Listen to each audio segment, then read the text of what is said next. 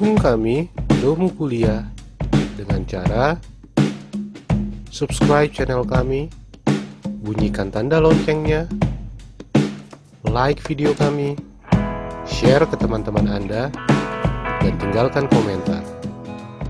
Terima kasih.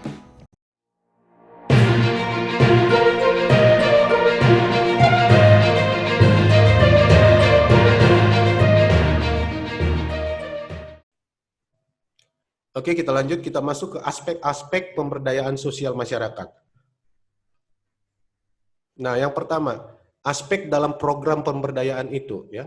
Program pemberdayaan masyarakat yang dilakukan pada dasarnya meliputi 4 aspek. Yang pertama, aspek fisik, seperti pembangunan prasarana fisik berupa misalnya pemasangan pembangkit listrik dengan memanfaatkan potensi energi setempat, pembangunan jalan, rumah ibadah, dan sarana lainnya yang dibutuhkan oleh masyarakat.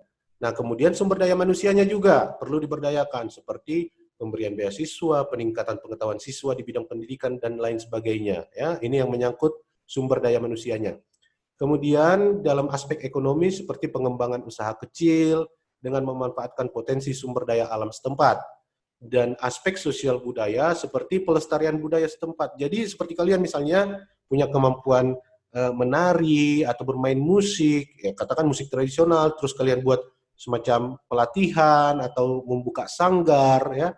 Nah, itu juga sudah termasuk program pemberdayaan, sudah termasuk dalam aspek pemberdayaan juga, aspek di bidang pemberdayaan sosial budaya.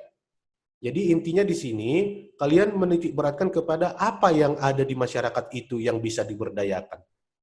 Nah, kemudian ada lagi aspek ditinjau dari lingkup dan objek pemberdayaannya, ya. Pemberdayaan masyarakat sebagaimana telah tersirat dalam definisi yang diberikan, ditinjau dari lingkup dan objek pemberdayaan mencakup beberapa aspek, yaitu peningkatan kepemilikan aset, sumber daya fisik dan finansial, serta kemampuan secara individual dan kelompok untuk memanfaatkan aset tersebut demi perbaikan kehidupan mereka. Ya. Kemudian hubungan antara individu dan kelompoknya, kaitannya dengan pemilikan aset dan kemampuan memanfaatkan tadi. Yang ketiga, pemberdayaan dan reformasi kelembagaan. Ya, kemudian pengembangan jejaring dan kemitraan kerja baik di tingkat lokal, regional maupun global. Oke, selanjutnya. Nah, ini dari upaya untuk memberdayakan masyarakat atau empowering dapat dikaji dari 3 aspek. Yang pertama, enabling, yaitu menciptakan suasana yang memungkinkan potensi masyarakat dapat berkembang. Ya, asumsinya adalah pemahaman bahwa setiap orang, setiap masyarakat mempunyai potensi yang dapat dikembangkan. Artinya tidak ada orang atau masyarakat yang sebenarnya tanpa daya, nggak ada. Semuanya punya daya. Hanya saja bagaimana kita menciptakan suasana atau kondisi yang memungkinkan potensi-potensi mereka itu dapat berkembang. Artinya tidak ada penekanan, tidak ada tekanan, tidak ada yang menghalangi, tidak ada hambatan. Jadi mereka bisa leluasa meningkatkan atau mengembangkan potensi-potensi mereka.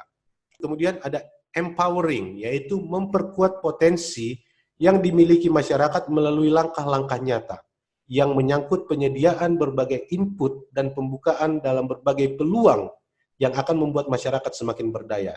Kemudian protecting, yaitu melindungi dan membela kepentingan masyarakat lemah untuk meningkatkan partisipasi masyarakat dalam proses pengambilan keputusan yang menyangkut diri dan masyarakatnya merupakan unsur penting sehingga pemberdayaan masyarakat sangat erat hubungannya dengan pemantapan pembudayaan dan pengalaman demokrasi.